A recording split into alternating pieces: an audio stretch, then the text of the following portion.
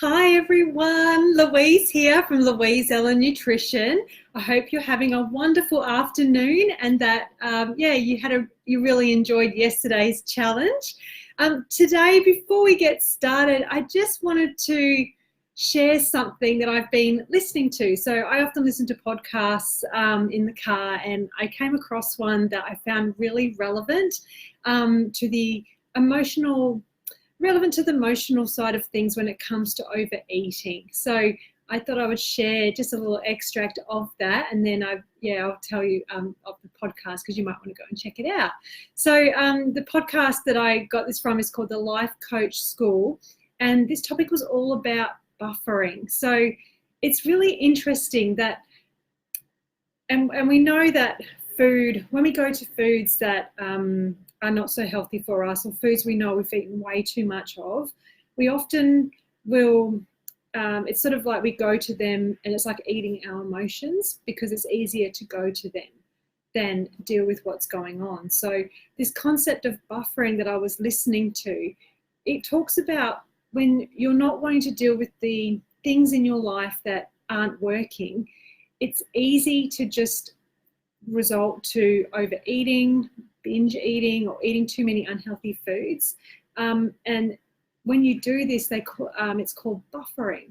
So rather than working on creating a life and a body you love, you're using buffering to distract you from what's really going on to make it easier to tolerate. So, and then when you tolerate something, it kind of makes it easier to deal with. So you just think, oh, I don't really need to deal with this problem right now. But rather than progressing forwards, it's causing us to progress backwards. So plus when you overeat, it's not just that one time that you overeat. There's other things that come into play. So, and it doesn't really end there. It causes you to feel awful afterwards. It causes you to continually be away from your goal of losing those extra kilos. It affects your self-esteem. And when you get to that point, like you end up going, oh, God, I feel awful. So then you want to hit to make yourself feel better, and you go and repeat the cycle.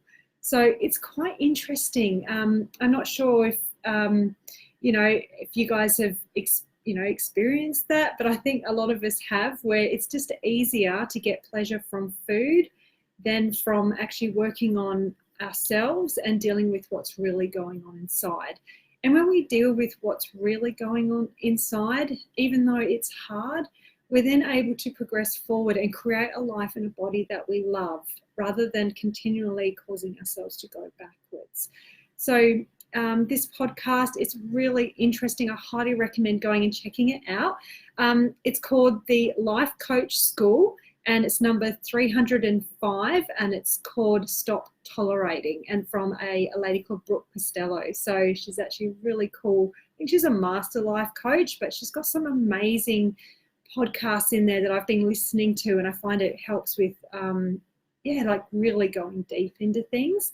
So yeah, have a listen. I highly recommend it. So I just want to acknowledge those that completed yesterday's challenge. So congratulations. I've got Leonie, Ali, Susie, Tash, Annette, Joe, Natalie, Carla, Chantel, Vasculi. I hope I said that right. I've been practicing. Peter and Janine. So well done, guys, for completing day one's challenge. And for those that haven't yet had a chance or haven't been able to do yesterday's challenge, you can still do it. You've got the post, the thread post in the Facebook group where you can just add in your 3 thoughts that are disempowering you, and then your 3 thoughts that you're going to replace those with. So now that we've, from day one, now that we've created those thoughts, it's really important to reinforce them. So by, putting them on a sticky note, having them up on your mirror in your bathroom. You could have a little note in your wallet, whatever it is, or wherever you want to wherever is easy for you to see it all the time, to reinforce it, that's the first step in getting yourself moving forward and creating that empowered mindset. So you guys had some amazing swaps that you could do. So I was like, oh, wow, this is fantastic. And they're empowering as well. And that's what you want to feel when you think it. It's like, I feel empowered when I say this. Like, yes, I can lose those extra kilos, you know, yes, I can make the time. It's just telling yourself, I can do this. So, and I know, oh, sorry, smack the table, wobble the computer. But yeah, I just, yeah, so you can do this. Cool. All right. So, and day 2, Leonie Ward, I see that you've completed the challenge. Good work. How exciting. Cool. So, if you're watching this live, please say hello and let me know that you're here. And if you're watching the replay, please leave a note saying replay, just so I know who's watching the replay and who's able to attend the lives. It just helps with times and things. Cool. So, all right, where to start? So today's challenge, this is a good one. And I say it's a good one because as you know, like I ask a few questions about, hi, Ali, good to see you. Watching the live tonight, no worries. That's awesome. Yeah, so when you join the group, I often ask questions about, what do you struggle with most? What would you like to change and what would you like to learn? And there's a lot of you guys that struggle with portion sizes. So, and it's something that so many individuals struggle with because it's just one of those habits that gets out of control, and mostly because your stomach, when you start eating more and more food, your stomach distends. And so when your stomach has distended, it then has a new boundary of how much food it can fit into it. So when you keep overeating, it stretches and stretches and maintains that sort of stretch. So when you start to reduce your portion sizes down, your stomach shrinks down as well. So yeah, we'll go into more detail about that. And look, this challenge is not about cutting your portion sizes in half. So I'm not going to sit there and go, cut your portion size in half. You'll be fine and you'll be able to, have reduced your portion size, problem solved. Doesn't work like that, as you and I both know. So it's not about having you go hungry, because if you make those changes straight away, you'll find that it's a bit too hard and you're like, oh, I'm missing out and I feel hungry, and there's all that mindset side that can affect. But when you start reducing it down over a period of time, which we'll talk about, it just makes it a little bit easier, which is the whole purpose of this challenge, is just to put things in place that are simple and sustainable. Cool. So, all right. So where can I start? So, well, first of all, if you find portion sizes is something that you struggle with, please leave a comment below. I would love to hear from you. And it also helps those that are watching this too know that they're not alone. And that's a big thing, to know you are not alone in half the things that you're feeling, or all of the things that you're feeling. You'll find that someone else in this group is feeling exactly the same. You are not the only one. It can be quite isolating when you feel like something's wrong with you.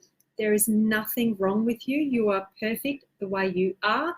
And it's circumstances or things that we've been led to believe that causes us to think that it causes us to feel isolated.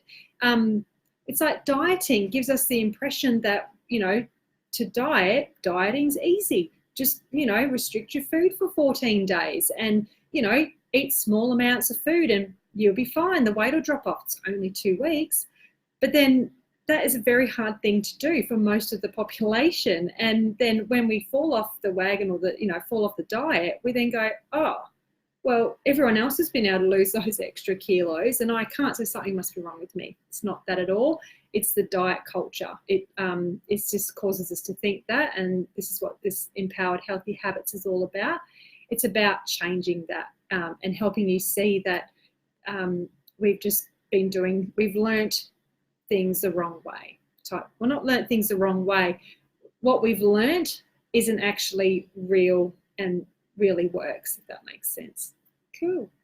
All right, so in the email that you got this morning, I covered off on some interesting facts. So it's once your stomach is full, your stomach sends a signal to the brain. Well, sorry, how can I say this? Once you've started to eat food, and once your stomach, I suppose is full, it sends a signal to the brain to say, I'm full. But when you eat your food really, really quickly, it takes a while for that signal to get to your brain, in a sense. So that's why you sometimes feel like, oh, I'm not full yet, so I'll just keep eating. And when you do this, you then overeat, and then you're like, oh, I feel so full because you ate too quickly. So when we're eating, it's really important to chew your food thoroughly rather than wolf it down really quickly, as well as what else is it? Yeah, so not drink while eating, because it causes the stomach, the digestive juices in the stomach to dilute, and then it causes us to feel bloated.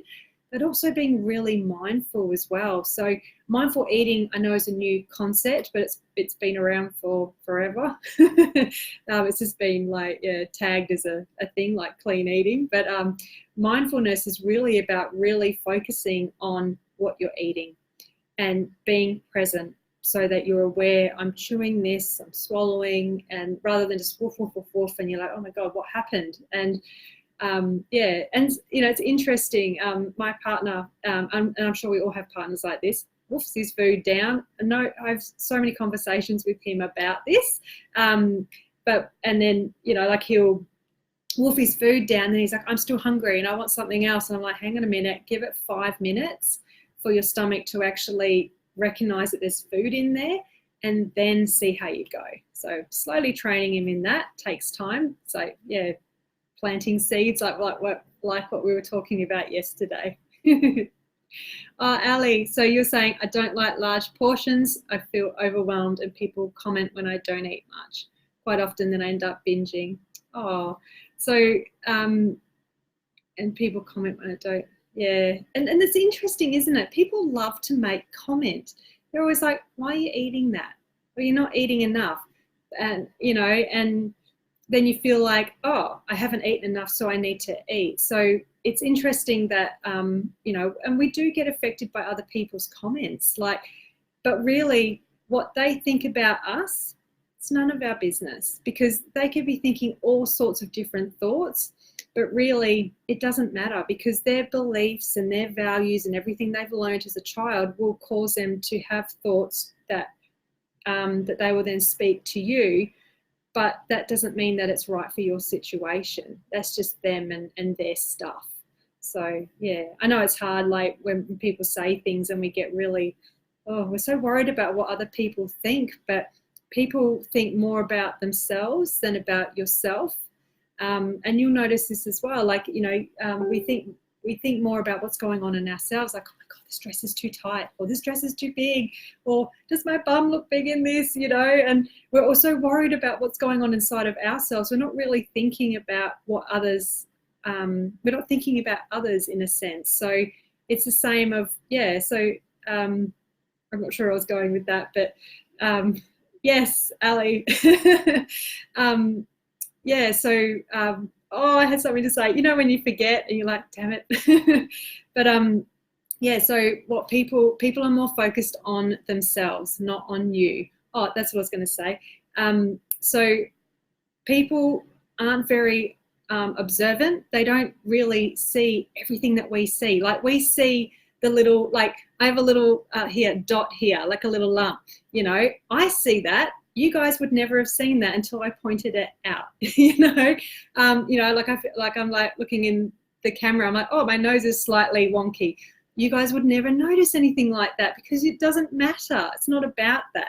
So within yourself, it's realizing that most people don't observe everything that's going on with you. So it kind of helps with knowing that it doesn't matter, in a sense, you don't need to worry about what other people think. It's just worrying about you, if that makes sense. Yeah. Cool. So, all right. So let's have a chat about, I was talking about the stomach being full. But did you also know that when you eat in front of the TV, it causes you to overeat because you're distracted. You're watching something like Netflix is amazing. It has this like some of the TV shows that are on there are just, you're just like, wow, and you're eating and you don't notice, you're like, oh my goodness, I've just eaten that whole thing and I didn't actually realize, and then I feel really full afterwards. And there's been some, I was listening to something the other day which was saying that we eat about 10% more or 15% more food when we're sitting down and watching TV than we would if we were actually sitting and being present and eating. So that is, you can still have the same amount of, you can still eat your dinner, but it's always good just to be very present when you're eating and really chew and really know, like when you're chewing and you're eating, and then you feel that feeling of, oh, I've had enough now. So yeah, and also sometimes we eat foods that aren't so healthy for us and they don't have a lot of substance, so like carbs and sugar and saturated fat and things like that. It's more carbs and sugar that is like empty nutrients. So when you eat those foods, it causes you to eat more and more and more because the body's like, there's no nutrition here. So it just keeps needing more nutrition and you're not feeling full.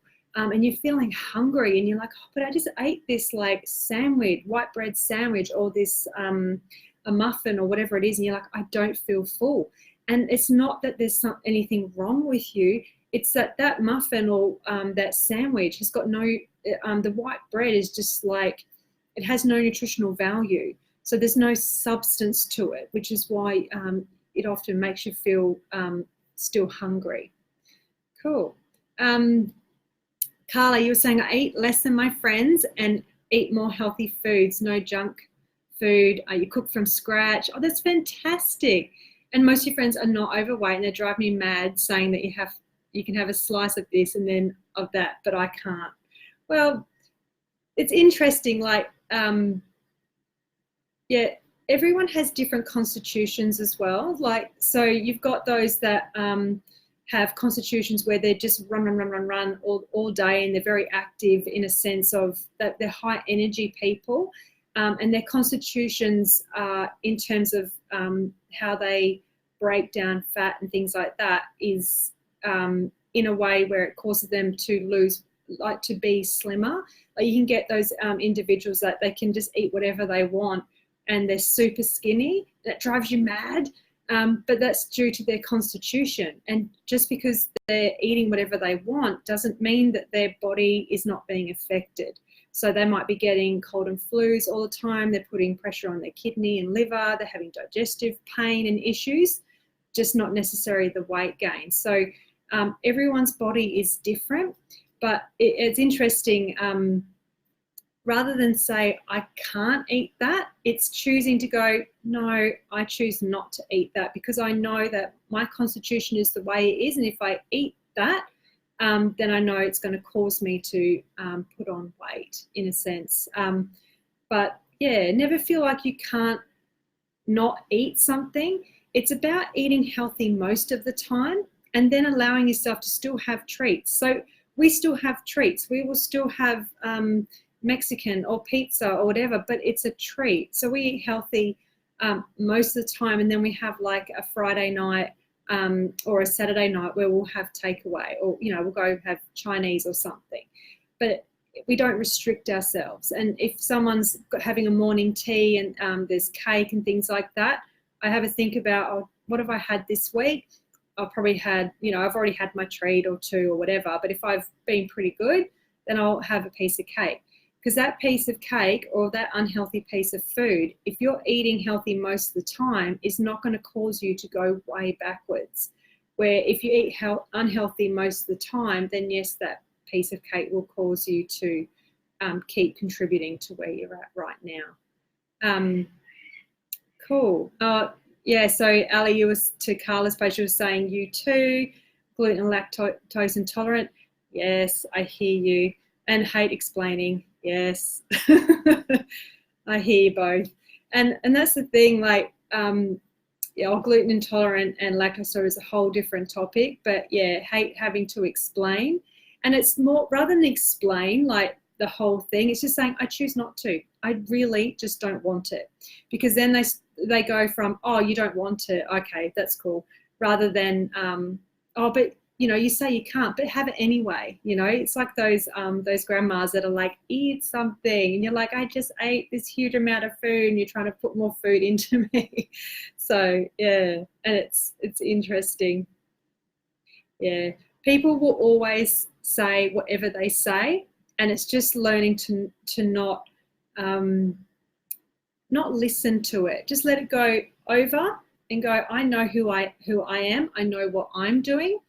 I'm not going to worry about what other people say, because otherwise, if you listen to every single thing that people say to you, it can cause it just causes your whole self to get out of whack, and it's just not worth it. You know who you are, what you're doing. So yeah, focus on that. Don't focus on others. Yeah. Cool. All right. So let's have a chat about how much should we be eating? How much should we be putting in our stomach? So if you clasp your hands together, this is roughly the size of your stomach. So once you've eaten all that food, you have a think, and you're like, oh, that's not a lot. Yeah. So so maybe it's about this big, something like that. So when you have your stomach as this size, you need at least a little bit of room for the digestive juices to churn the food. So when you overeat and you've got too much food in there, that can cause the digestive juices, the reflux, to come up.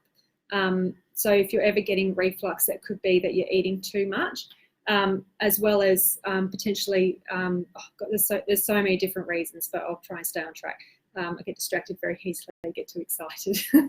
So if your stomach is roughly about this big, you should be eating, say, 3/4 to keep it full. You don't want to be sort of overeating. So when you overeat, your stomach extends and it gets bigger and bigger, and because it's been filled up with that much food over a period of time, it maintains that extended size. And then when you're not eating, so when you go and eat, you're feeling really hungry and just keep filling. So what we do is, rather than just cut it in half and get yourself back just eating the normal sizes, we start by reducing it down. So reducing it down by 1/5, really chewing your food thoroughly so that there's less surface area, in a sense, so it's condensed down rather than big chunks of food. And ways you can do that is by having a smaller plate. Is actively, like when you make dinner, it's making sure that when you serve up, you're not going for leftovers. You can just put them in a container and put them away for lunch. So there's a few different options that you can do to prevent, just to sort of start reducing them down slowly. And when you reduce things down, say you do it by, okay, I'm going to reduce it down just by 1/5, and I'm just going to get used to that. Do it for a week, and then I do it another 1/5 again until you get to a point where you've actually reduced it down to a happy medium. You'll know, because you'll be like, I'm not eating as much anymore, and I'm still feeling good. And when we have, as I was saying before, when you have more nutrient-dense food, so more vegetables and salads and low GI type foods, it actually helps with keeping you fuller for longer as well. So when we eat large portions, so it can cause our stomach to distend and stretch, like I was saying before. It can cause reflux, cause pain and bloating, cause you to feel fatigued and tired afterwards, and it can contribute to weight gain, which is what we want to reverse. So cool. And when it comes to knowing serving sizes, so I get a lot of questions of, well, how much is a serve? So it's recommended, and we're going to do a vegetable challenge, and not tomorrow, but I think it's the next day. And we're going to talk about serving size, but I thought I have some little demonstrations for you. So a serving size, so it's recommended to have 5 serves of vegetables a day. And I know some people are like, holy crap, that's a lot of food, like a lot of vegetables. But when you think about it, it's not really that much. So it depends. So this is 1 cup. So 1 cup of lettuce, loose leaves, is 1 serve. A tomato is 1 serve. A carrot is 1 serve, and like a piece of celery is 1 serve. So when you think about it, I should have got 5 things. And it's say an apple, the imaginary apple that's in my hand, that's 5 serves of vegetables. So when you have, say, a salad for lunch with some stuff with it, it's not really, and for dinner and things like that, it's not really that much when you think about it. So that's what the government guidelines are, 5 and 2. But for ultimate health, you want to have at least 7. And I know that's probably like, oh my God, that's a lot. But when you start eating more vegetables, when you start eating more vegetables, you'll find that it's actually not that much type thing. So, yeah. Cool. So where are we at? And so in working out how, like when you're serving up your plate, so the Harvard Health has a really cool Harvard Healthy plate. And it talks about having half your plate served up, so when you're serving up, half your plate should have salad or veggies on it, and the other half should be divided into 2, so half carbohydrates, and then, healthy carbs, and then half protein. So that's what they sort of recommend in terms of serving. So rather than just having a big piece of meat and a potato, it's having a good amount of veggies in there as well. So, yeah. So I hope that makes it a bit more clear as to serving sizes. If it does, please leave a comment below. And I'll probably talk more on serving sizes and things like that in other training videos, but that's sort of the basics for you. Cool. All right. So today's challenge was to write down 3 ways that you can reduce your portion sizes and then implement one today. So as I was saying before, this may include reducing your portions by 1/5, chewing your food more thoroughly, not sitting in front of the TV and eating, using a smaller plate or bowl, and having more nutrient-dense food so you feel fuller for longer. Cool. So your action today, after today's video, is to write these down and then share them in the Facebook group. So you've got the daily actions thread post that will be coming out in a couple of minutes. So if you can share your actions in there, that'll give you, you'll then go in the draw for the Healthy Habits prize pack valued at $75, which you saw yesterday. Also, when you see other people post, please comment and like their posts as well, because it also helps, like when you share something and someone likes it, you're like, ooh, I'm not the only one. So, or it just makes you feel good. So yeah, please support each other throughout this challenge. So it just makes a big difference having support. So cool. All right, guys. Well, good luck with today's challenge. I know it's tonight already, but when you're making dinner tonight, have a go. So, have a go at just serving up 1/5 less, or, with your the smaller plates that you have a go at putting your food onto there and see how you go. As well as, having half your plate with vegetables and salad. So I'd love to hear if how you guys go with this, and I look forward to seeing your posts in the Facebook group. Tomorrow's challenge is all about hydration. So we're going to talk all about water and hydrating and all the things that come with that. So yeah, I've got my water bottle here. Cool. All right, guys. Well, you have a wonderful evening, and I'll be in the Facebook group as always, and I look forward to seeing your posts. And yeah, have a wonderful evening, and I will talk to you soon.